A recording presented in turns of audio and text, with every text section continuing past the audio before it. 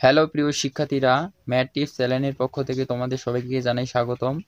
আজকে আমরা আলোচনা করব সপ্তম শ্রেণীর গণিত নমুনা প্রশ্ন নিয়ে। তো প্রথমে আমরা চতুর্থ অধ্যায় অনুপাত এবং সমানুপাত এই অধ্যায়টির যে নমুনা প্রশ্ন রয়েছে সেটা নিয়ে আমরা আলোচনা করব, এবং আমি এখানে যেগুলো তুলেছি সেগুলো খুবই গুরুত্বপূর্ণ, এবং এগুলো তোমরা যদি কমপ্লিট করো তাহলে তোমরা নমুনা প্রশ্নের সম্পর্কে একটা ভালো ধারণা পেয়ে যাবে এবং পরীক্ষা তোমাদের কিন্তু অনেক ভালো হবে। তাই ভিডিওটি টেনে স্কিপ করে না দেখে সম্পূর্ণ ভিডিওটি দেখার অনুরোধ রইল। আর ভিডিওটি ভালো লাগলে অবশ্যই লাইক, কমেন্ট এবং শেয়ার করবা।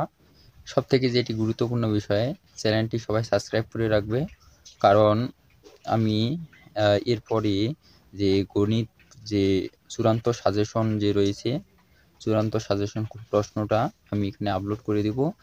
তো ভিডিওটি শুরু করা যাক। একক কাজে প্রথমে আমি যেটা তুলেছি, সরল অনুপাত, লঘু অনুপাত এবং গুরু অনুপাতের একটি করে উদাহরণ খুঁজে বের করো।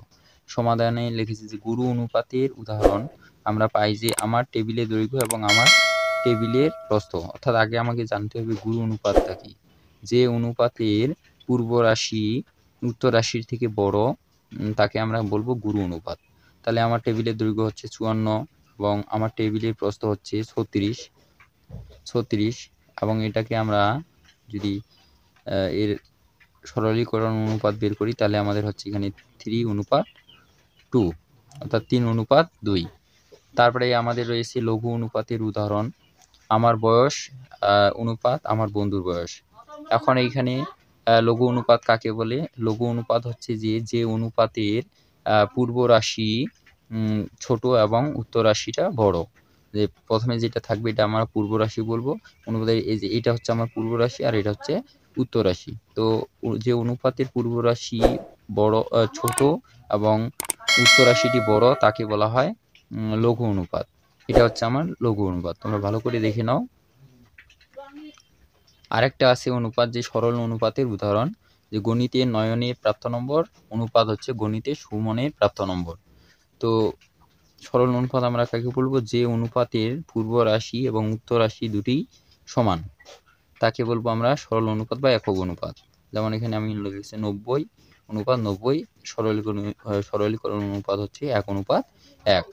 একক কাজ 2 আমি লিখেছি যে কোনো এক সোমবারে তাদের নিকটস্থ বাজারে কেজি প্রতি আলু ও বেগুনের দামের অনুপাত 4:9।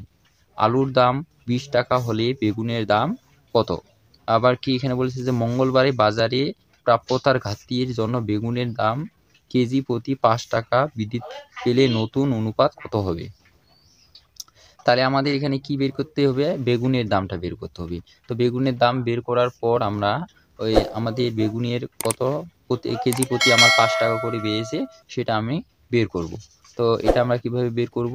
এখন আমরা সেটা দেওয়া আছে কেজি প্রতি আলুর দাম অনুপাত বেগুনের দাম, তাহলে 4:9, এবং আলুর দাম আমাদের ছিল 20 টাকা।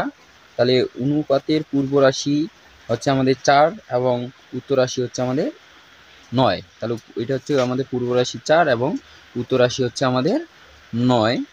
তাহলে রাশি দুটির সমষ্টি আমরা বের করব, যোগ বের করব, যোগফল বের করে যোগফল হচ্ছে আমাদের 4 আর 9 যোগ করলে আমাদের হচ্ছে 13। এখানে আলুর দাম মোট দামের 4-13। প্রথমেটা হচ্ছে আমাদের আলুর দাম আর পরেরটা হচ্ছে বেগুনের দাম।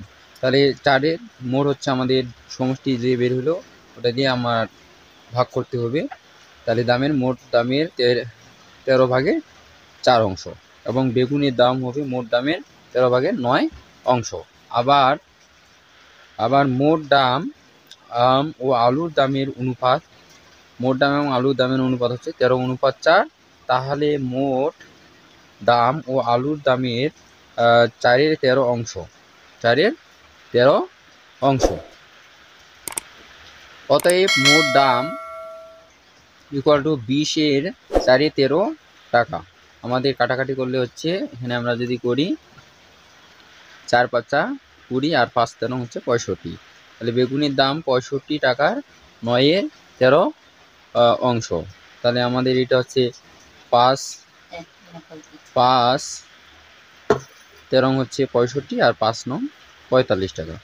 তাহলে মঙ্গলবারে বেগুনের দাম কেজি প্রতি 5 টাকা বৃদ্ধি পেয়ে বেগুনের পরিবর্তিত দাম হবে 45 যোগ 5 ইকুয়াল হচ্ছে 50 টাকা। এখন পরিবর্তিত দামের জন্য প্রতি 110 টাকার জন্য একটি করে বাক্স একে আমরা পাই। আমরা এখন বাক্সগুলো আট করব। আলুর দাম হচ্ছে 20 টাকা আর বেগুনের দাম হচ্ছে আমাদের 50 টাকা। 10 টাকা প্রতি ঘর জন্য আমাদের 10 টাকা করে, একটা ঘর আমাদের 10 টাকা করে, তাহলে এই দুইটা ঘর হচ্ছে 20 টাকা। আলুর দাম হচ্ছে আমাদের 20 টাকা এবং বেগুনের দাম হচ্ছে আমাদের 50 টাকা। কেজি প্রতি আলু ও বেগুনের দামের অনুপাত হবে 20:50। এটাকে আমরা সরলীকরণ করলে পাবো 2:5। এখন আমরা কাজ 3 দেখব, যে নিচের সরল অনুপাতগুলোকে মিশ্র অনুপাতে প্রকাশ করে। তাহলে এই অনুপাতগুলোকে আমরা মিশ্র অনুপাতে প্রকাশ করব। একটা হচ্ছে 3:5, 5:7 ও 7:9। আর খ নম্বরটা হচ্ছে 5:3, 7:5, 9:7। সমানে আমরা সমাধানটা দেখি এখন, যে 3:5, 5:7 এবং 7:9।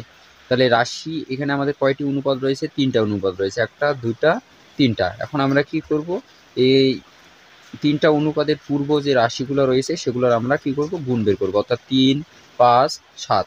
তাহলে অনুপাত 3টির পূর্ব রাশিগুলোর গুণফল আমার হচ্ছে 3, 5, 7 গুণ করলে আমরা পাচ্ছি 105। এবং উত্তর রাশিগুলোর গুণফল আমরা যদি করি, তাহলে উত্তর রাশিগুলো হচ্ছে 5, 7, 9। 5, 7, 9 গুণ করলে হচ্ছে আমাদের 315। তাহলে মিশ্র অনুপাত হচ্ছে আমাদের 105 অনুপাত হচ্ছে 315। এটাকে আমরা সরলীকরণ করলে আমরা কি পাচ্ছি, যে 1:3। পর আমরা খ নম্বরটা দেখি। খ নম্বরটিতে আমাদের আছে 5:3, 7:5 ও 9:7। তাহলে অনুপাতগুলো পূর্বের ন্যায় আমরা ক এর মতোই করব। অনুপাত 3টের আমাদের পূর্ব রাশিগুলোর গুণফল বের করব। তাহলে 5, 7, 9 গুণ করলে আমাদের 315 এবং উত্তর রাশিগুলোর গুণফল বের করব। 3, 5, 7 গুণ করলে আমরা হচ্ছে 105। তাহলে নির্ণয় মিশ্র অনুপাত হচ্ছে আমাদের 315 অনুপাত হচ্ছে 105। এটাকে আমরা যদি ভাঙি তাহলে আমরা পাচ্ছি 3:1। এখন আমরা একক কাজ 4 দেখব। যে কাজটিতে বলা ছিল যে একটি স্কুলের শিক্ষার্থীর সংখ্যা 820 জন। বছরে শুরুতে 5% নতুন শিক্ষার্থী ভর্তি করা হলে বর্তমানে ওই স্কুলের শিক্ষার্থীর সংখ্যা কত? 4 নম্বর নমুনা প্রশ্নটির এখন আমরা সমাধান দেখব। এখানে দেওয়া আছে যে স্কুলটিতে শিক্ষার্থীর সংখ্যা হচ্ছে 820 জন। তাহলে নতুন শিক্ষার্থীর সংখ্যা হবে আমাদের, যেহেতু 5%, তাহলে 820 এর হচ্ছে 5%। 5% মানে কত? 100 ভাগের 5 ভাগ। তাহলে এটাকে আমরা যদি এখন কাটাকাটি করি, তাহলে এখন আমরা এখানে পাচ্ছি 41। তাহলে সুতরাং বর্তমান ওই স্কুলের শিক্ষার্থীর সংখ্যা হচ্ছে আমাদের আগে ছিল 820 আর নতুন শিক্ষার্থী হচ্ছে আমাদের 41। এই মিলে হচ্ছে 861 জন। এতক্ষণ ভিডিওটি দেখার জন্য অসংখ্য ধন্যবাদ। ভিডিওটি ভালো লাগলে অবশ্যই লাইক, কমেন্ট এবং শেয়ার করবা। আর পরবর্তী চূড়ান্ত তোমার নমুনা যে প্রশ্ন আছে, চূড়ান্ত প্রশ্ন আমাদের পরীক্ষার প্রশ্ন, সেটা পেতে অবশ্যই চ্যানেলটি সাবস্ক্রাইব করে রাখবা। তোমাদের পরীক্ষা ভালো হোক, তোমাদের সুস্বাস্থ্য কামনা করে আজকে এখানেই শেষ করছি। ধন্যবাদ।